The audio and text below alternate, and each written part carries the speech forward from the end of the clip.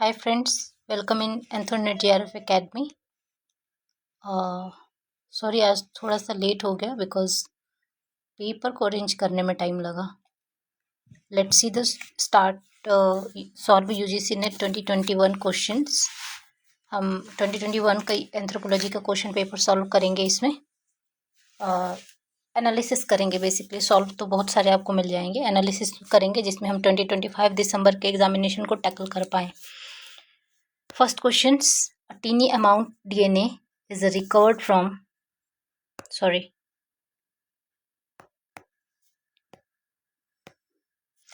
a teeny amount of DNA it's recovered from crime scenes. Its technique will be enabled to comparing a DNA into potential suspect. DNA cloning, DNA sequencing, DNA recombinations, and DNA fingerprinting. Correct option is for DNA fingerprinting. So let's move on the next questions. Risk counting is not possible. Which of the following finger ball pattern किस में जो होता है risk count जो होता है possible नहीं होता है किस फिंगर बॉल पैटर्न में?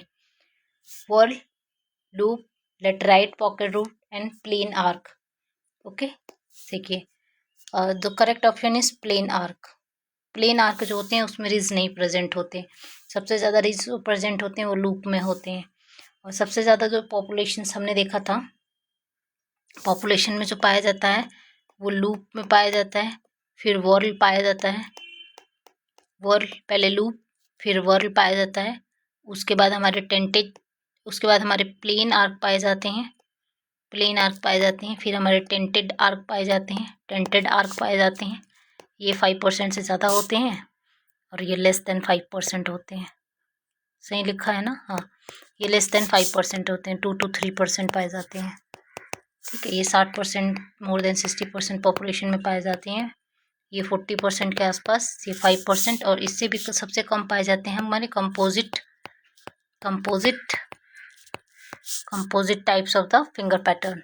Okay, let's see the next question.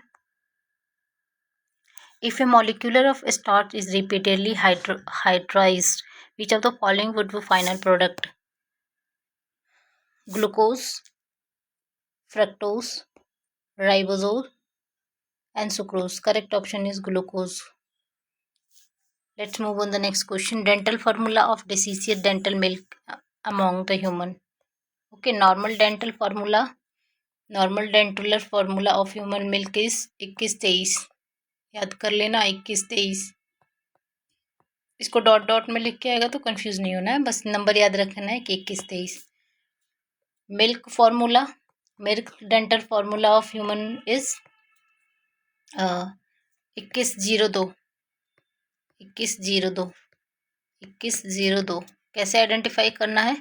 2 3 2 5 5 5 10 10 into 2 equals to 20 होते हैं. Okay, so correct option is 21-02 A. Let's move on the next question. A group of organisms sharing a common ancestors that include the common ancestor and all descendant is known as it's called clade. A group of organisms sharing a common ancestor include common ancestor all descendant is known as. descendant पूछ रहा है यहाँ पे कि all descendant को हम क्या बोलेंगे? यहाँ पे हम CLADE clade बोलेंगे. बेसिकली यहाँ पे जो शेयरिंग ऑफ कॉमन एंसेस्टर की बात है तो हमारे वहाँ पे देखो लीनियज होते हैं और क्लैन होता है. क्लैन जो होता है वो हमारा उसके एंसेस्टर जो होते हैं कॉमन होते हैं लेकिन नोन होते हैं. All ancestor are common and known, but clan में क्या होता है? क्लैन में एंसेस्टर कॉमन होते हैं but all they are unknown. ठीक है, तो क्लैन में अननोन होते हैं और लीनियज में नोन होते हैं. दोनों में ही कॉमन होते हैं बट अननोन होते हैं. A group of organisms sharing common ancestor include common ancestor to all descendant. descendant की जब बात कर रहा है इसीलिए इसका आंसर हो जाएगा clade, क्योंकि यहाँ पे कॉमन एंसेस्टर में ये बात नहीं किया गया है कि ये नोन है या अननोन है. देखिए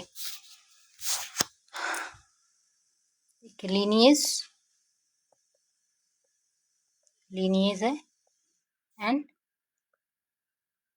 क्लैन. ठीक है, lineage is common ancestor, common ancestors plus known, sorry, known, and clan is common ancestor, common ancestor, common ancestors, and unknown. unknown की स्पेलिंग क्या हुई? KUNKNOWN, unknown.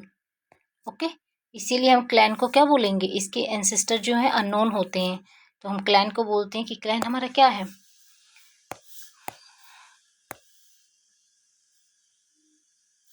मेरे को तो यही पसंद है। ठीक है, देखो क्लैन में क्या है, हमारे एंसेस्टर जो होते हैं अननोन होते हैं, तो अननोन है इसीलिए हम इसको बोलते हैं stipulated, stipulated, stipulated descendant, DECENDENT, stipulated descendant. जबकि लीनिएज में हमारे नोन है, अननोन नहीं है, नोन है, तो कॉमन के साथ साथ नोन है, तो इसको बोलते हैं डेमोन्स्ट्रेटिव, इसको बोलेंगे demonstrated descendant, demonstrated descendant, descendant. तो ये क्लैन और लीनिएज का डिफरेंस याद रखेंगे। देखिए कह रहे हैं group of organism sharing A common ancestor, ठीक है, तो मतलब ये दोनों ही कॉमन एंसेस्टर शेयर करते हैं। फिर कह रहा है that include common ancestor and all descendant is known as, यानी सारे डिसेंडेंट पे जब हम कॉमन एंसेस्टर को इंक्लूड करते हैं, जैसे कि देखिए जब कोई हम फिगर बनाते हैं, ये होते हैं क्लैड का फिगर, ठीक है, ये क्लैड का फिगर होता है, 2 होता है बेसिकली, तो इसीलिए हम इसको क्लैड बोलेंगे क्योंकि ये पूरा कॉमन हो जाता है, यहाँ पे नोन अननोन की बात नहीं हो रही है, तो करेक्ट ऑप्शन इज क्लैड।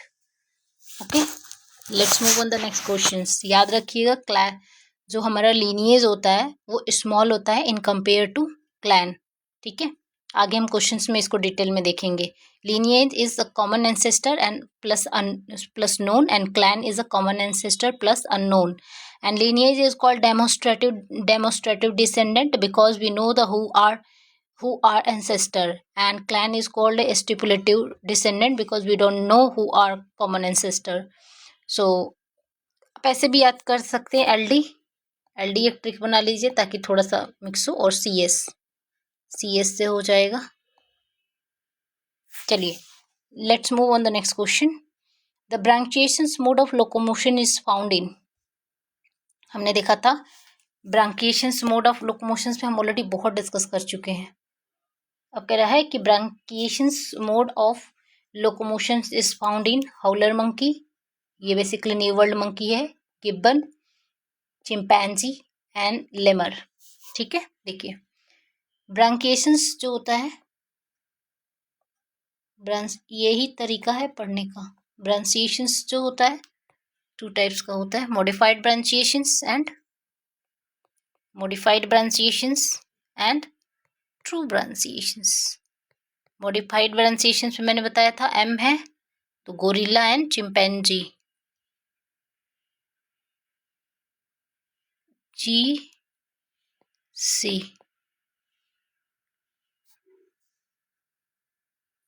इसका जो आंसर होगा ना वो बी होगा, बी, यानी गिब्बन और शिमांग ग्रेट ऐप लेजर ऐप होते हैं, गिब्बन और शिमांग इनमें हमारा पाया जाएगा, क्योंकि chimpanzee, let me once check, थोड़ा सा कंफ्यूजन हो गया। ट्रू ब्रांसिएशंस तो हमारा बेसिकली, लेट मी चेक, एक कॉपी है वो मैं आपको ग्रुप में सेंड कर दूंगी, वहां से हम देख लेंगे क्या सही होता है।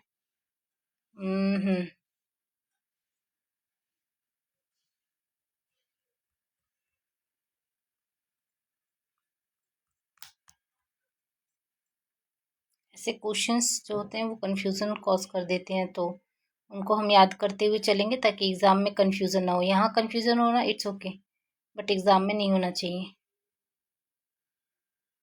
देखिए हमारे जो ब्रांचिएशंस होता है, ट्रू ब्रांचिएशंस होता है और मॉडिफाइड ब्रांसिएशंस होता है। ठीक है, मैं सही जा रही थी बिल्कुल।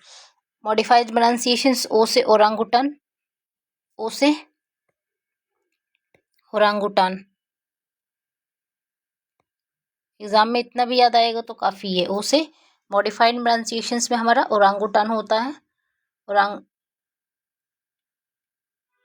ओरांगुटान केवल ओरांगुटान पाया जाता है। और ट्रू ब्रांसिएशन में हमारे GC GS, चिंपैंजी में तो नकल वॉकिंग पाई जाती है। GS पाया जाता है। जी से गोरिल्ला, जी से गिब्बन और S से सिमांग,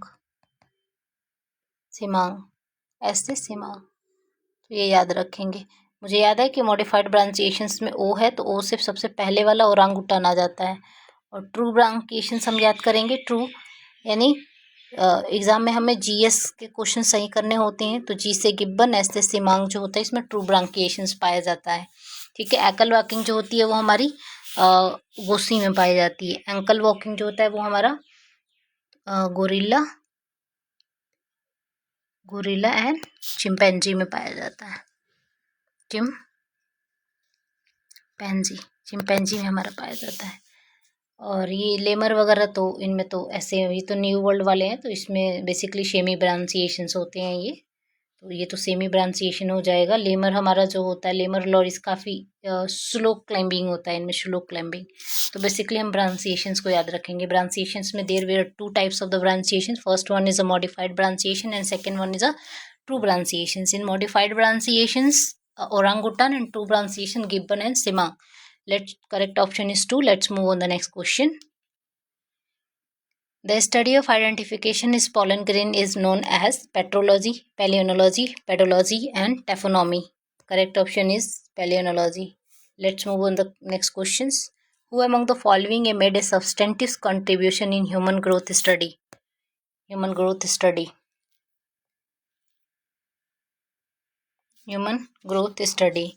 चार्ल्स डार्विन, J.M. टैनर। देखिए फेजर यहाँ पे J.M. टैनर करेक्ट है, लेकिन ये कब का पेपर है? ये पेपर है 2021 का और हम कब हैं? अब हम हैं 2025 में। अब 2026 भी आ ही जाएगा तो लगभग 2026 के आसपास है। पेपर हमारा 26 में ही होगा तो काफ़ी डिफरेंस है। और अब जो J.M. टैनर से क्वेश्चंस पूछे जाते हैं उनकी बुक की क्रोनोलॉजी पूछी जाती है।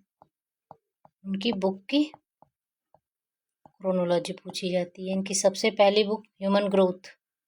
देखिए पहली बुक भी इनकी ह्यूमन ग्रोथ थी। ह्यूमन ग्रोथ इनकी फर्स्ट बुक थी ह्यूमन ग्रोथ 1962 की। और इनकी लास्ट बुक भी ह्यूमन ग्रोथ एंड फिजियोलॉजी थी। ह्यूमन ग्रोथ एंड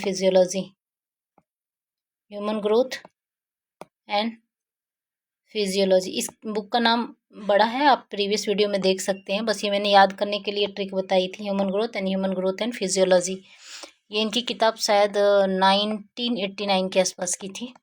ठीक है, और इनकी एक और किताब थी world wide variation in human growth. World wide variation in human growth.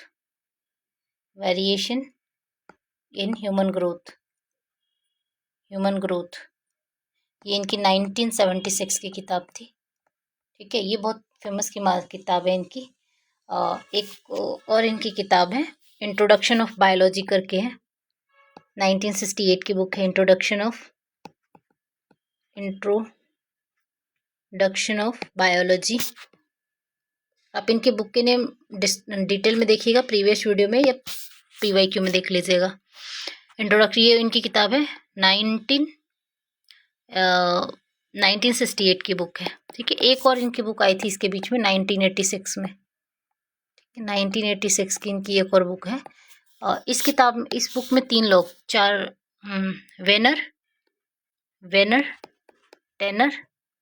Vanern tenor बर्निकॉट and हर्षित करके हैं। ये वेनर टेनर बर्निकॉट है। और इसके साथ ह्यूमन ग्रोथ एंड फिजियोलॉजी में इनकी जो लास्ट वाली किताब थी उसमें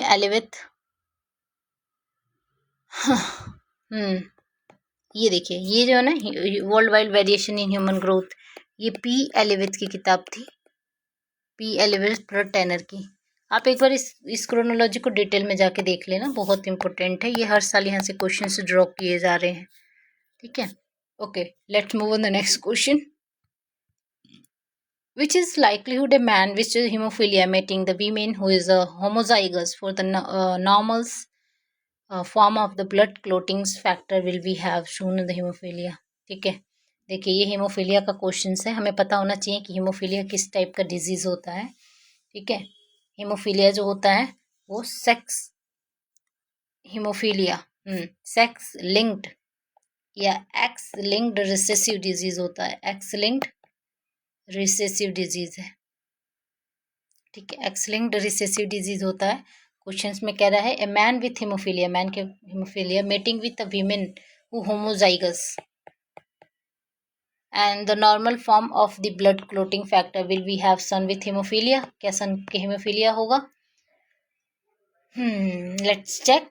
तो क्या रेशियो होगा? रेशियो इसका आंसर मेरे हिसाब से तो होना चाहिए 0%, 0%,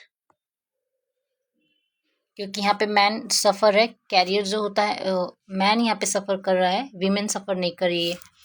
एक्स क्रोमोसोम्स वीमेन से मेल में जाएगा, मेल से तो वाई क्रोमोसोम्स आएगा, तो देखिए मेल में क्या है एक्स और वाई है, फीमेल में क्या है एक्स और एक्स है, और ये हमारे क्रोमोसोम्स क्या होते हैं एक्स लिंक्ड रिसेसिव होते हैं, तो ये एक्स बियर करते हैं, एक्स बियर कर रहे हैं, तो यहाँ से अगर कोई मेल चाइल्ड बनेगा तो ये क्या आएगा वीमेन का एक्स और मेल का वाई। तो एक्स वीमेन क्या है, वीमेन यहाँ पे अफेक्टेड नहीं है, यहाँ पे वीमेन अफेक्टेड नहीं है, तो यहाँ पे चाइल्ड क्या होगा सेफ होगा 100%। लेकिन अगर ये फीमेल का केस होता, क्योंकि ये तो मेल है तो इसका 0% हो जाएगा, लेकिन अगर यही केस फीमेल का होता मेल प्लस फीमेल, मेल का एक्स वाई फीमेल का एक्स एक्स, तो इसका एक्स और इसका एक्स एक्स एक्स हो जाता, यानी इसके चांस क्या होते, क्योंकि मेल का तो नहीं है यहाँ, तो 100% चांस होता है कि ये वीमेन जो है अफेक्टेड होगी बाई मेल क्रोमोसोम्स, ओके। और रेशियो में देखें तो 50% हो जाता अगर हम दोनों के गैमेट्स को देखें तो, ठीक है। तो यहाँ पे 0% हो जाएगा क्योंकि कंट्रीब्यूशंस नहीं है मेल का। Let's see the next questions. According to Lamarckism, long-necked giraffe evolved because natural selected only the one neck, human affected only the one legs, and short neck suddenly changed into long neck, and of stretching the neck over a many generation of short neck ones. Correct option is 4. इसको पढ़ लेना आप लोग, ये important है। प्रोसीमी include, ये मैं कई बार क्वेश्चंस करा चुकी हूँ, जो प्रोसीमियंस होते हैं उसमें लेमर लॉरिस और टार्सीज होते हैं, न्यू वर्ल्ड मंकी नहीं होगा, ओल्ड वर्ल्ड मंकी नहीं होगा, ओनली एप्स एंड ह्यूमन नहीं होंगे, तो करेक्ट ऑप्शन हो जाएगा lemur loris and tarsier. Let's see the next question. ये मेरा फेवरेट क्वेश्चन है, मुझे बहुत पसंद है। ऑस्टियोडोंटोकिरोटिक कल्चर, ऑस्टियोडोंटोकिरोटिक कल्चर्स क्या होते हैं? What is osteodontokeratic culture?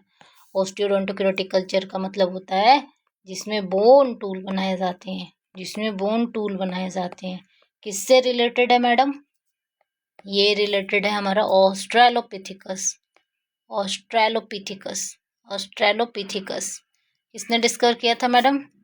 ये डिस्कवर किया था रेमंड डार्ट ने, रेमंड डार्ट ने। कब डिस्कवर किया था? 1924 में। किस थ्योरी में डिस्कवर किया था? किलर थ्योरी में, किलर थ्योरी दी थी इन्होंने, killer theory. Okay, so what is the questions? Osteodontokeratic culture was given bye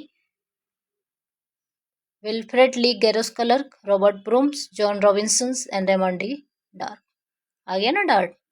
correct option is 4.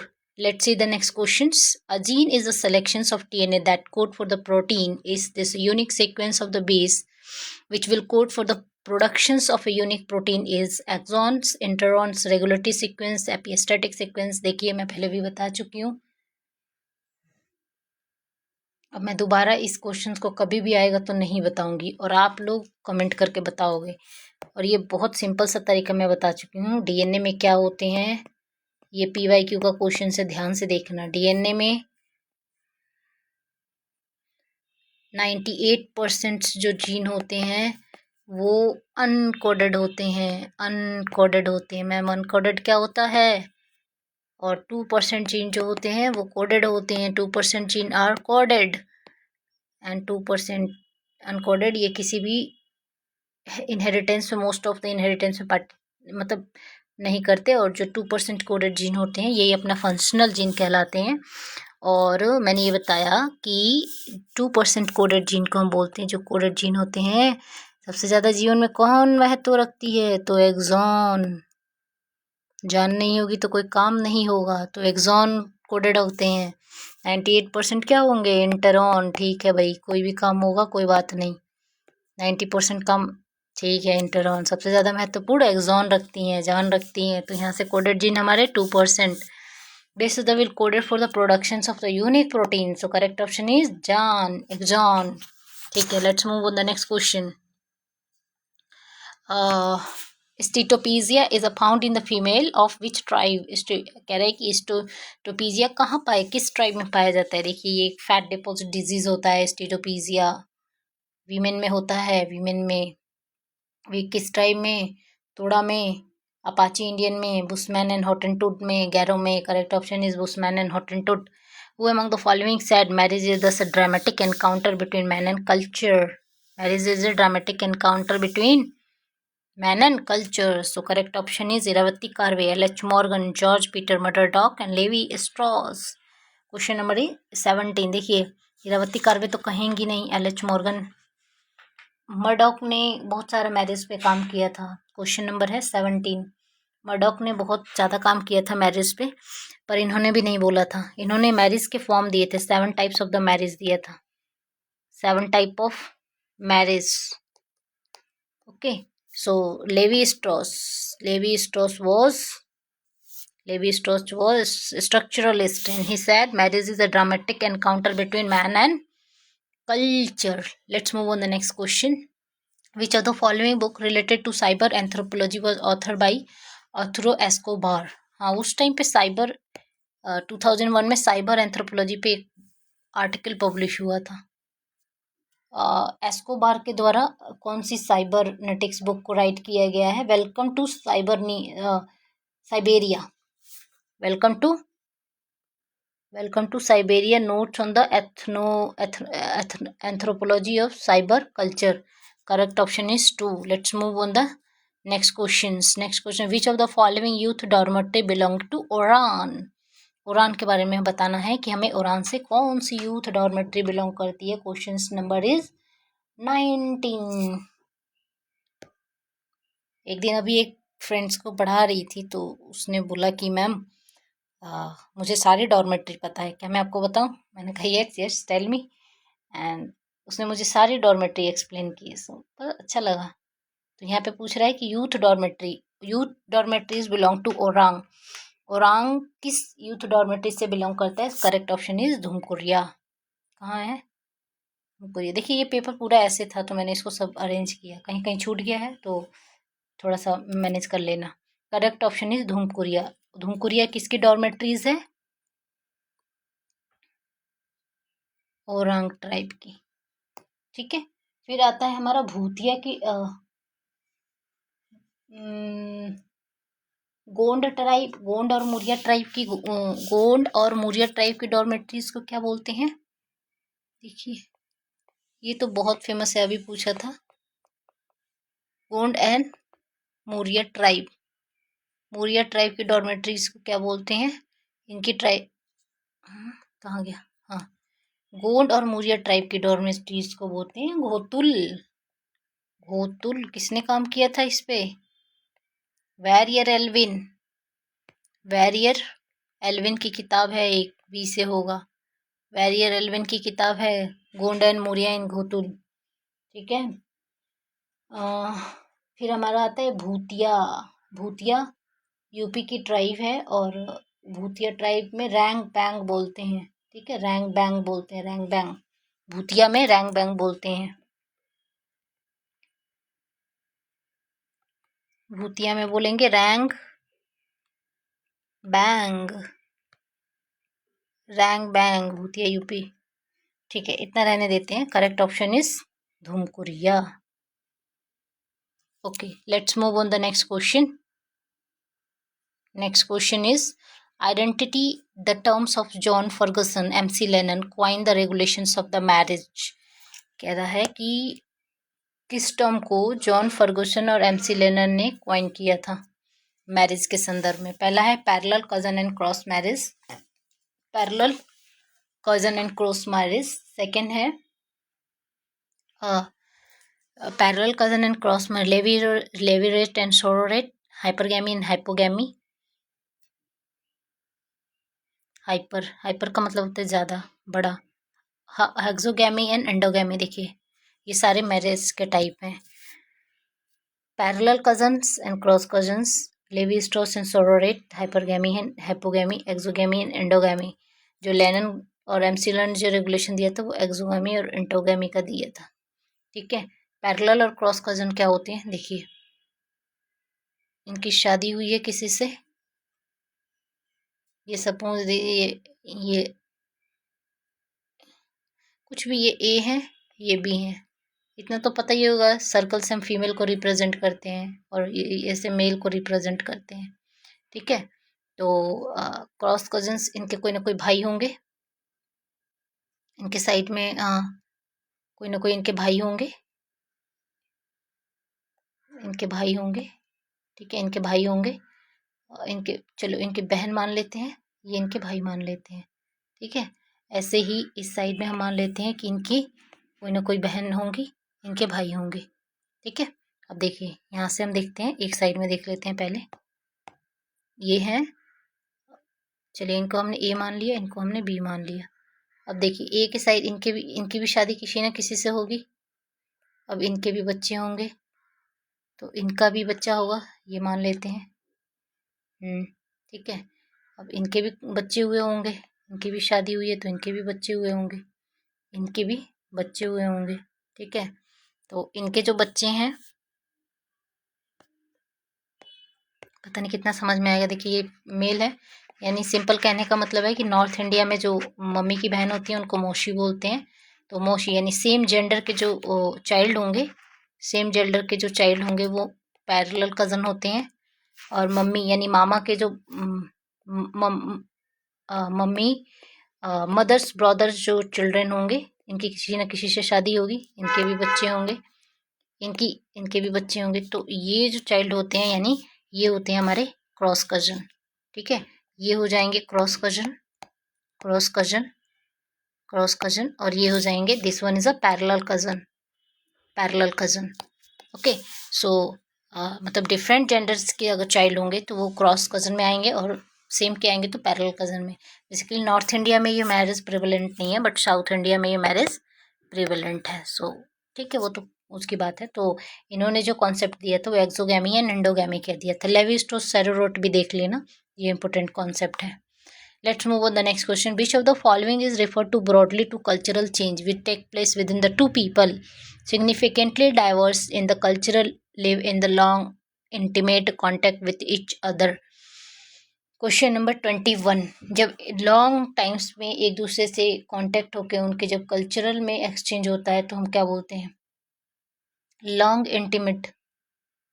देखिए बहुत सारे बच्चों ने सीनियर सिटीजम लगा रखा था, पर वो आंसर इसका नहीं होगा. इसका आंसर होगा अकल्चरेशंस.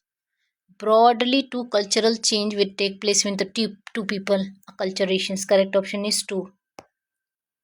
Let's move on the next question.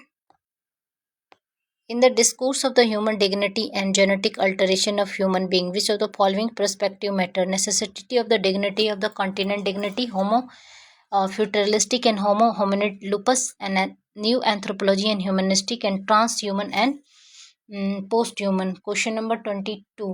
Transhuman and post-human. Correct option is 4.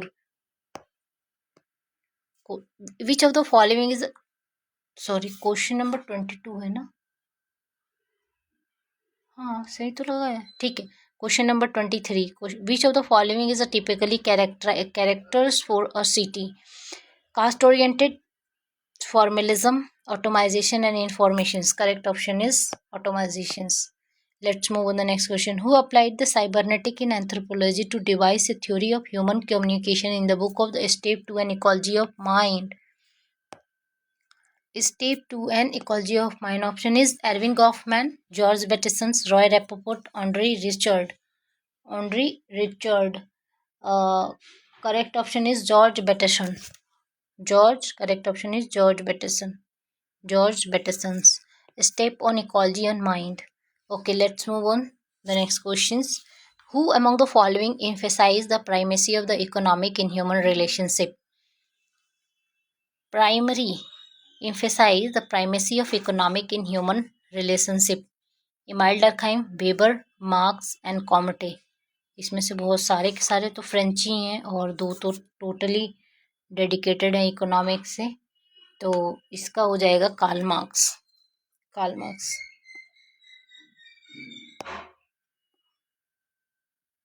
Weber, जो मैक्स वेबर है ना, इन्होंने जो टर्म दिया था सोशल स्ट्रेटिफिकेशन का, और भी बहुत सारे इनका काम है सोशल स्ट्रेटिफिकेशन. इमाइल डरखान ने दिया था सोशल कलेक्टिवनेस का कॉन्सेप्ट दिया था. कलेक्टिवनेस एंड कॉन्शियसनेस का. Comte father of positivism. Father of positivism, sorry, इन्होंने पॉजिटिविज्म का कॉन्सेप्ट भी दिया था. And father of sociology. And किसको बोलते हैं, who is a father of Indian sociology? Comment में बताइए. फादर ऑफ, देखती हूँ कौन बताता है इतने सारे बच्चों में. Father of Indian sociology.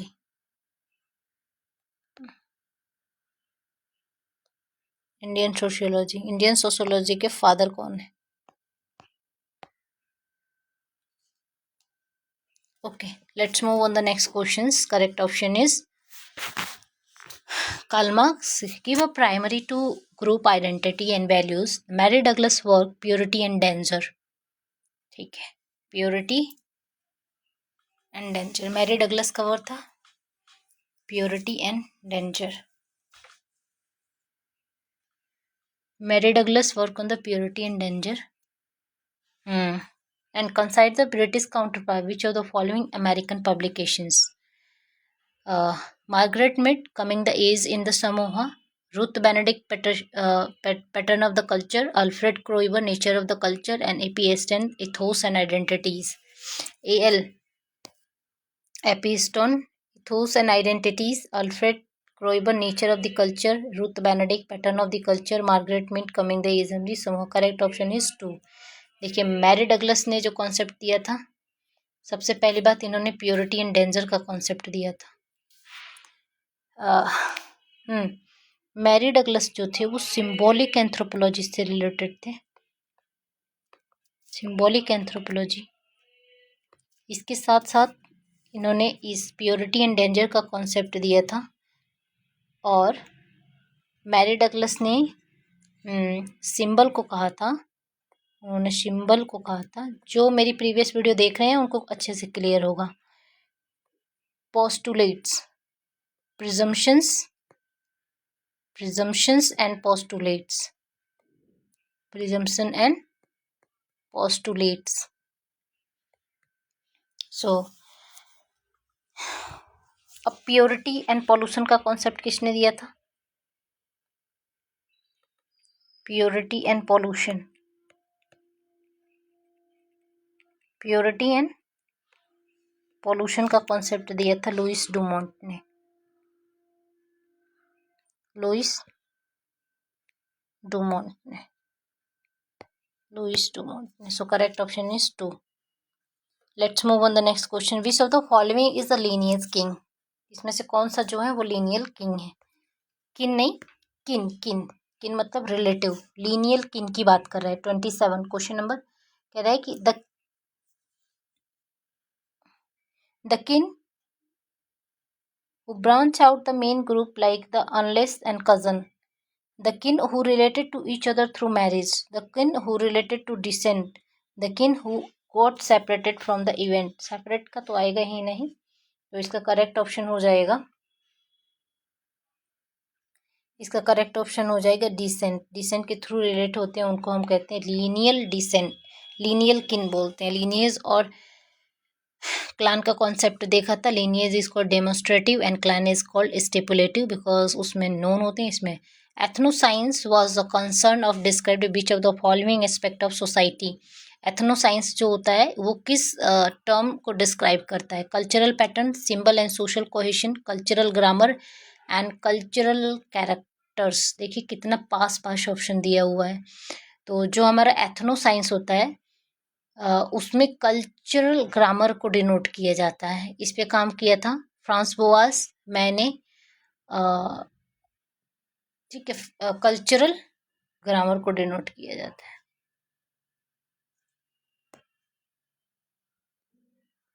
ठीक है, एथनोसाइंस एक बार थोड़ा सा यहीं से गूगल कर लेती हूँ।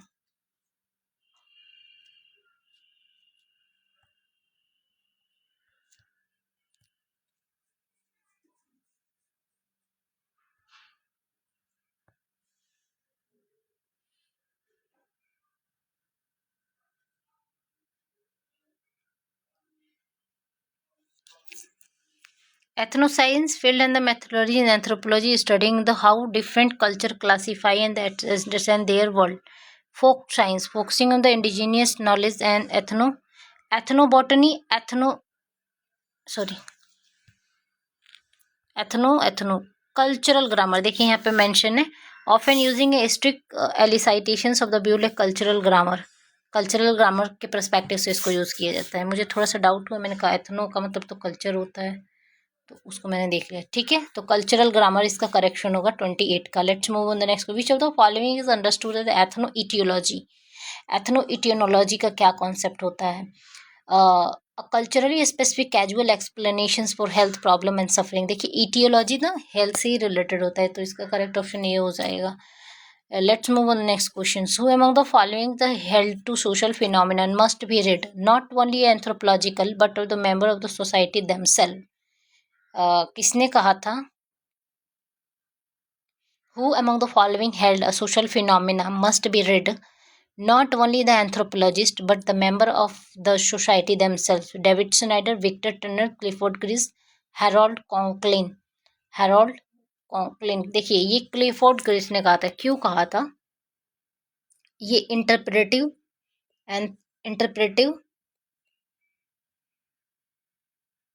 इंटरप्रेटिव एंथ्रोपोलॉजी से रिलेटेड थे और इन्होंने बालिनेस कॉक फाइट की स्टडी की थी। बालिनेस Kock fight basically hermeneutics culture की स्टडी की थी और इन्होंने कहा था कि उनको उनके पर्सपेक्टिव से देखना चाहिए, एंथ्रोपोलॉजिस्ट के पर्सपेक्टिव से नहीं देखना चाहिए। डेविड स्नाइडर भी हमारे उससे रिलेटेड है, सिंबॉलिक से हैं और इन्होंने किनशिप की स्टडी की थी। Victor Turner you know very well. Harold Conklin एक नया नाम है आप लोगों के लिए, आगे जब आएगा तो इस पर चर्चा की जाएगी। इन्होंने एथनोग्राफिक स्टडी की थी ट्राइब की। विच of the following is approach based on the observation of the world rather than the institution are faith. इसमें से कौन सा है जो ऑब्जर्वेशन पे बेस्ड होता है rather than institution are faith? Observation पे तो हमारा एम्पेरिकल रिसर्च ही बेस्ड होता है ना। ठीक है, let's move on the next questions. Which of the following book was author by Claude Levi Strauss an anthropological traveller.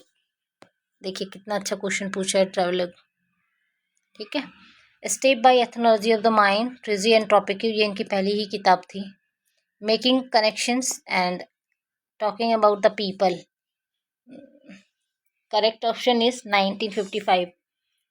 90 इसी को इन्होंने लिखा था। ट्रेस्टी एंड ट्रॉपिक्यू जो थी एंथ्रोपोलॉजिकल ट्रैवलॉग थी। 1955 की इनकी किताब थी ये, 1955 की। So Levi Strauss. Let's move on the next questions. Which of the following is Acheulian site. Acheulian site के बारे में बताना है, इसमें से कौन सी साइट जो है एचुलियन साइट है। देखिए Boxgrove culture, Lascaux culture, Star Carr cultures, Lascaux, Star Carr, La Ferrassie and Boxgrove. Correct option La Boxgrove हो जाएगा। बॉक्स ग्रुप साइट को हम किल साइट भी बोलते हैं, ठीक है। स्टार काव के बारे में से बहुत पूछा जाता है। ये हमारी लोअर पैलियोलिथिक साइट है। कहाँ पे है? इंग्लैंड में है, इंग्लैंड में है।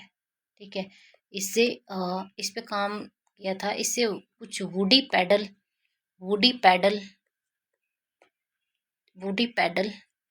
एक्सकवेशन हुआ था। ये इम्पोर्टेंट साइट है। और ये ला वाली जो है ये तो मेसोलिथिक फ्रांस की साइट है। ठीक है, let's move. Originally identified as a mother goddess figurine, the bone artifact from Whelan Valley was re-identified by Wallenकर। देखिए ये क्वेश्चन फिर से उठा के पूछ देगा कि मदर गॉडेस फिगराइन को बोन आर्टिफैक्ट जो थे वेलन वैली से किसने री आइडेंटिफाई किया था? तो वालेकर ने किया था। ठीक है, ये क्वेश्चन फिर बना सकता है, तो वालेकर ने किया था। और इसका क्वेश्चन जो पूछ रहा है इसका सही री identify by bone tool. Harappan क्या होते हैं? बोन टूल होते हैं। तो ऐसे ही करेक्ट ऑप्शन इसका ये आ जाएगा। Ritual object scraper self no. So let's move on the next questions. Who called non-naturalistic art of lines, notes and dots time factorial object? वाह, किसने कहा था कि नॉन नेचुरलिस्टिक आर्ट जो होती हैं वो टाइम फैक्टोरियल्स ऑब्जेक्ट होते हैं? इसमें ऑप्शन है Henri Breuil, Andre Leroi Gourhan, Jean Clottes and Alexander Marshack. Alexander, correct option is 4 Alexander Marshack. Non-naturalistic art illness is time factorial object. Let's move on the next questions. Who used the term living archaeology to refer to work by archaeologists in living human society? Living archaeology term को किसने use किया था? ठीक है, हमारे पास options है यान हॉडर्स, Richard गाउ, लेविन वेन्सफोर्ड, पैट्री वी विटसन्स। नाम बहुत कंफ्यूजिंग दिए हुए हैं। लिविंग आर्कियोलॉजी का टर्म जो सबसे पहले यूज किया था वो रिचर्ड गाउ ने किया था। इवान होडर जो है वो हमारे प्रोसीजरल आर्कियोलॉजी से रिलेटेड है, प्रोसेसुअल आर्कियोलॉजी से रिलेटेड है, आर्कियोलॉजी से रिलेटेड है। और हिवान होडर इसी को हम बोलते हैं न्यू आर्कियोलॉजी भी बोलते हैं इवान होडर। और इवान होडर ने नियोलिथिक जार्मो जेरिको साइट पे भी वर्क किया था। इस पे भी इन्होंने वर्क किया था। Okay, so correct option is 2. Let's move on the next. Which of the following dating method is used to identify minor stylistic change in given to through the period of time? किस dating method को हम minor stylistic change के लिए use करते हैं? पहला है हमारा palynology, dendrochronology, seriation and cross dating. Correct option is seriation. पढ़ चुके हैं हम लोग सीरिएशंस के बारे में। सीरिएशन हमारा जो होता है वो रिलेटिव डेटिंग्स होता है। डेंड्रो ये एब्सोल्यूट होता है। इसको क्रॉस डेटिंग के बारे में पढ़ चुके हैं। Who consider the father of Indian prehistoric? Indian prehistoric के फादर कौन है? संकालिया मिश्रा एंड ACL लेली and RB Robert Foote. Correct option is 4 हो जाएगा। देखिए यहाँ पे एक correct option is Robert Bruce Foote. Correct option is 4 ACL Carlleyle. ये हमारे मेसोलिथिक साइट से रिलेटेड है। ठीक है, ये भी एक बार पूछा गया था। Which of the following is setter the Bhimbetka is known as zoo rock? देखिए ये C50 को बोला जाता है जू रॉक। बहुत सारी साइट है उसमें। C50 हमारी जू रॉक है, F23 हमारी ऑडिटोरियम रॉक है। ठीक है, ए hoarding are notice A come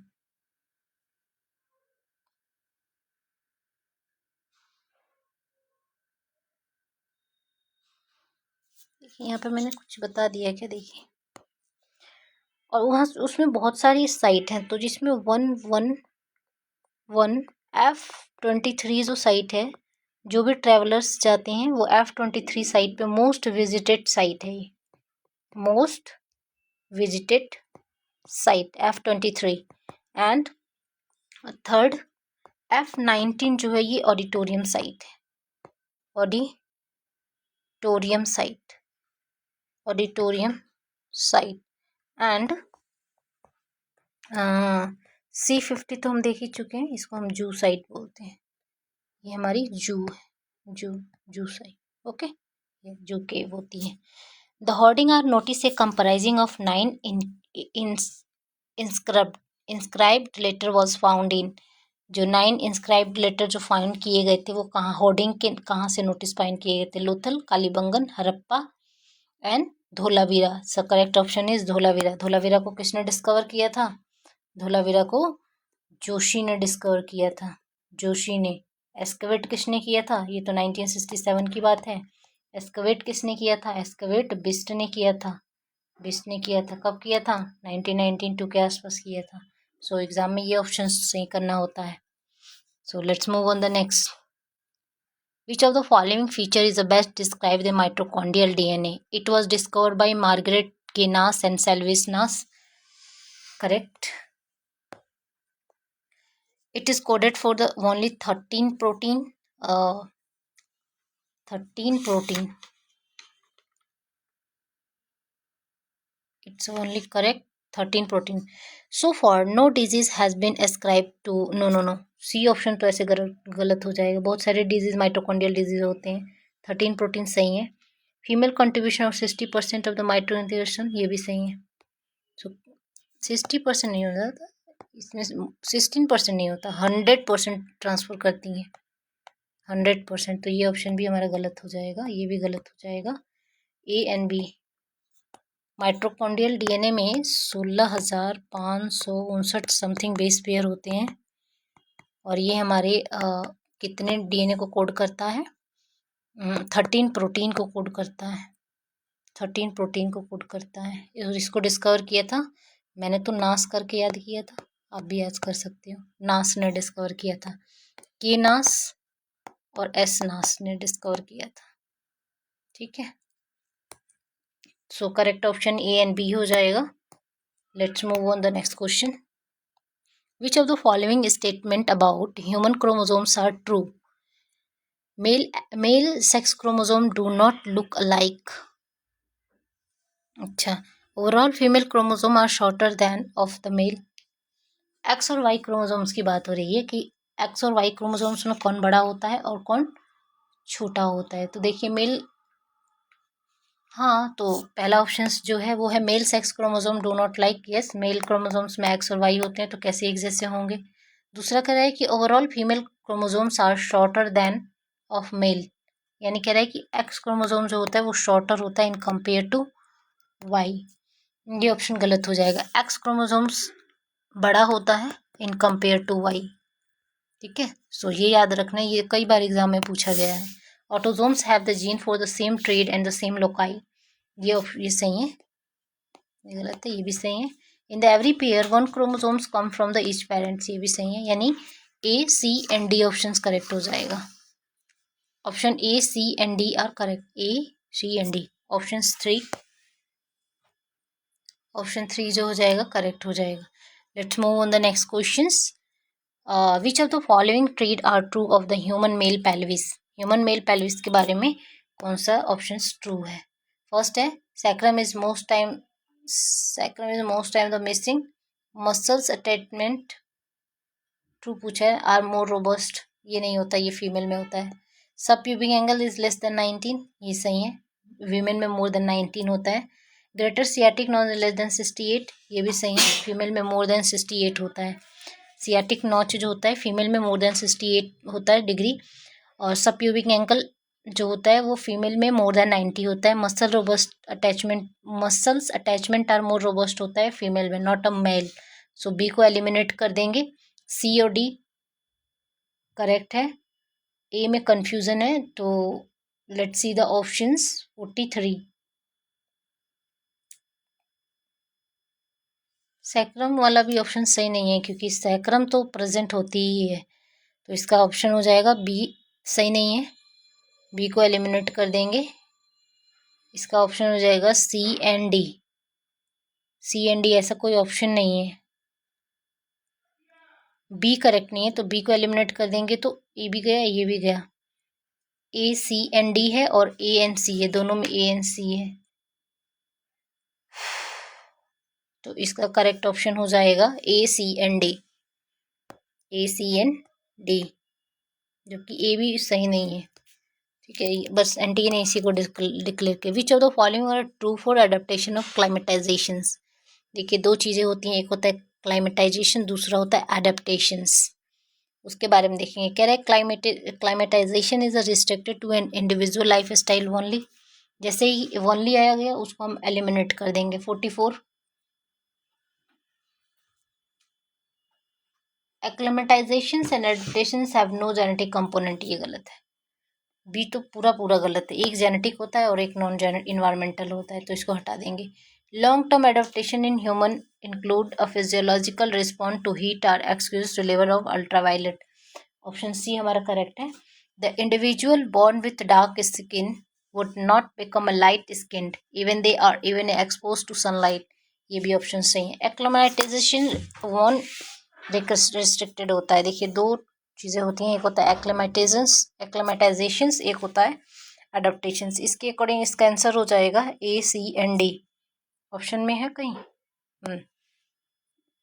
ACND, ACND option are correct. So ये थर्ड यूनिट से क्वेश्चंस को लिया गया है। लेट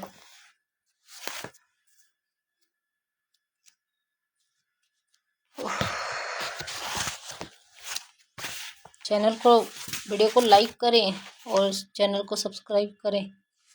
इससे आने वाले एग्ज़ाम में आपको और भी नोट्स मिलेंगे जो आपके लिए बहुत हेल्पफुल होंगे। एक्लेमेटाइजेशंस मुझे आपको बताना था कि एक्लेमेटाइजेशंस क्या होते हैं। इसमें नहीं क्या इजी निकल गया क्या, भी बताऊँ? ठीक है, let me do just one second. Acclimatizations देखिए क्या होता है। एक्लेमेटाइजेशंस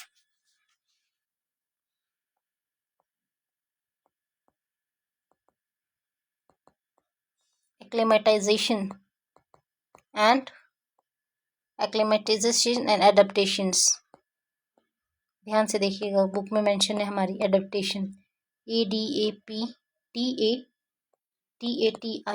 एडेप्टेशंस, स्पेलिंग ध्यान रखिएगा। एक्लेमेटाइजेशन जो होता है ये हमारा टेम्पोररी चेंज होता है बॉडी में। क्या हुआ, चल ही नहीं रहा। एक्लेमेटाइजेशन जो होता है, टी आ रहा है तो टेम्पोररी चेंज होता है और ये होल जीनोम में होता है।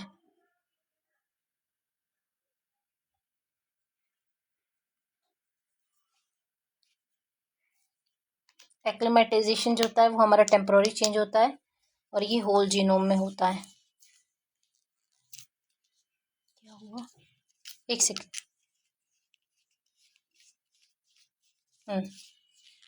Acclimatisation is temporary change, temporary change होता है, टेम्पोररी चेंज होता है तो होल जीनोम में होता है, होल जीनोम। और एडाप्टेशन जो होता है ये हमारा परमानेंट चेंज होता है, परमानेंट चेंज, परमानेंट चेंज होता है, परमानेंट चेंज होता है। और ये हमारे अगर सारे जीन में परमानेंट चेंज हो जाएगा तो फिर फ्यू जीन में चेंज होता है, फिर तो गड़बड़ हो जाएगी। ठीक है। और एक्लेमेटाइजेशन का एग्जांपल है हाइपोक्सिया वाला कंडीशन, हाइपोक्सिया, जब हाई एल्टीट्यूड्स पे जाते हैं तो ऑक्सीजन की डेफिशिएंसीज हो जाती हैं। ठीक है, तो ये acclimatisation is a temporary change that change the whole genome and adaptation is a permanent change that change a few genome. Okay, so correct option is correct option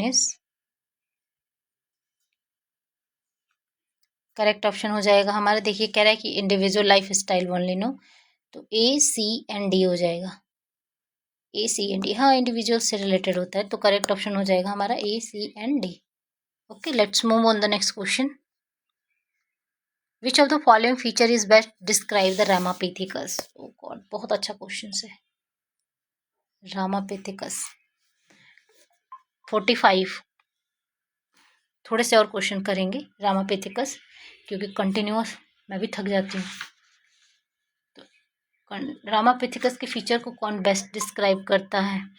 तो फर्स्ट है the type of fossils were describe from India. Yes, Ram ji हैं तो India ही होंगे। For a long it was discovered a first hominid, first hominid. Yes, for a long it was discovered the first hominid and now it has been merged into category of Australopithecus. ये मुझे सही नहीं लग रहा है। Ramapithecus को Australopithecus में नहीं मिक्स किया गया था, रामापिथिकस एंड सिवापिथिकस को एक साथ मिक्स कर दिया गया था। सिवापिथिकस, सिवापिथिकस एंड रामापिथिकस, रामापिथिकस को मिक्स कर ही दिया गया था। ये होता है, ठीक है। DNA study on the primate is lower its status, yes, A, C and B. देखिए कोई ना कोई ऑप्शन में ऐसा हिंट जरूर होता है जिससे हम क्वेश्चन को एलिमिनेट कर सकते हैं। तो A, B and D is correct option. A, B and D option में है। Second option is A, B and D.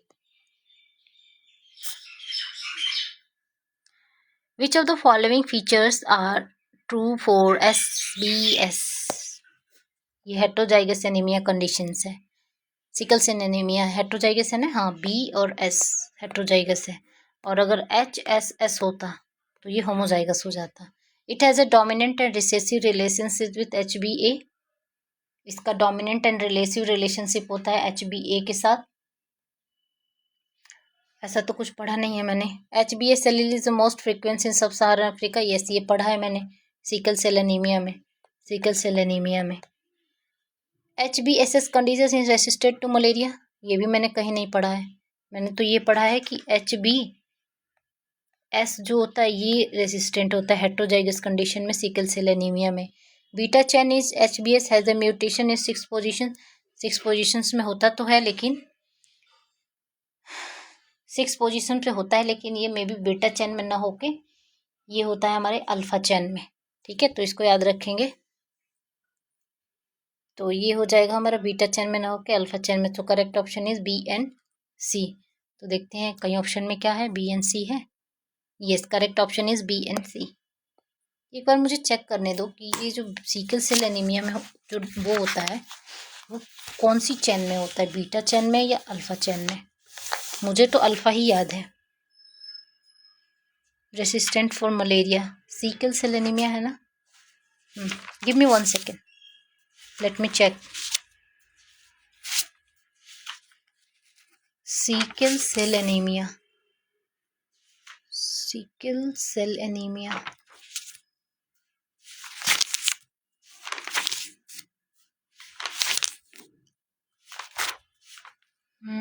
Sickle cell anaemia,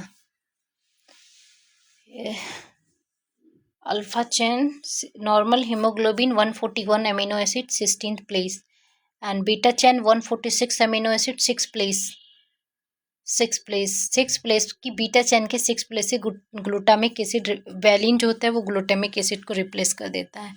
पर ऑप्शन तो ये भी करेक्ट हो गया, इसीलिए मुझे कन्फ्यूज़न हो रहा था क्योंकि मैंने पढ़ा था बीटा, इसीलिए कन्फ्यूज़न हो रहा था। Beta chain in HbS, HbS has mutation at 6 positions, mutations replace कर देना, म्यूटेशन होगा या नहीं, इस स्टेटमेंट का कुछ वो है, म्यूटेशन दिया हुआ है, 6 पोजीशंस दिया हुआ है।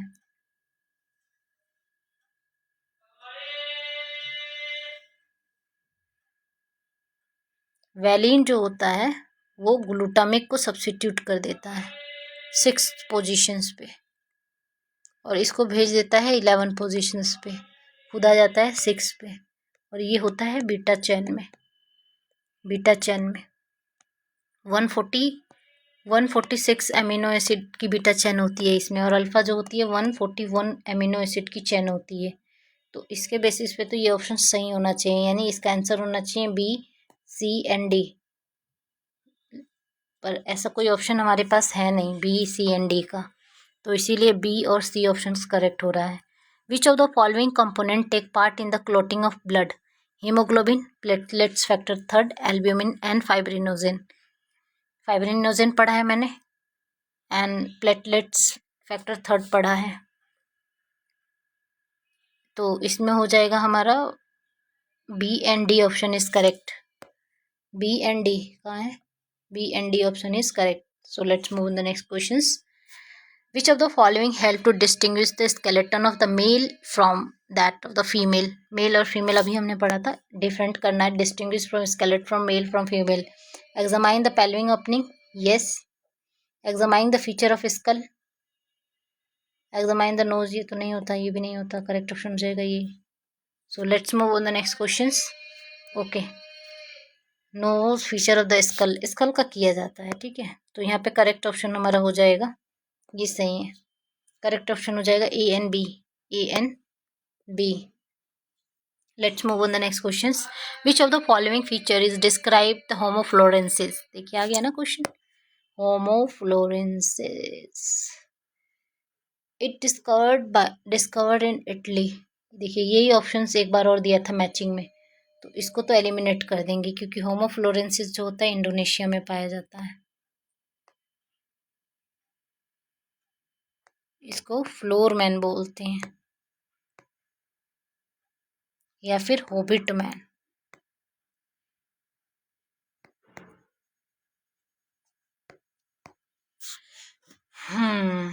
होबिट मैन बोलते हैं इसको. 49. माइक वुड ने इसको डिस्कवर किया था लियान बुआ केव से. वेयर वुड ने डिस्कवर किया. एम वुड ने इसको डिस्कवर किया था, याद रखेंगे. एम वुड ने इसको लियान बुआ केव से डिस्कवर किया था. ठीक है. फ्लोर आइसलैंड से डिस्कवर किया था, इसीलिए इसका नाम फ्लोरेंसेंसिस है. इसकी क्रैनियल कैपेसिटी जो होती है 420 cc, मतलब काफ़ी कम होती है. The female skeleton was found to be very toll.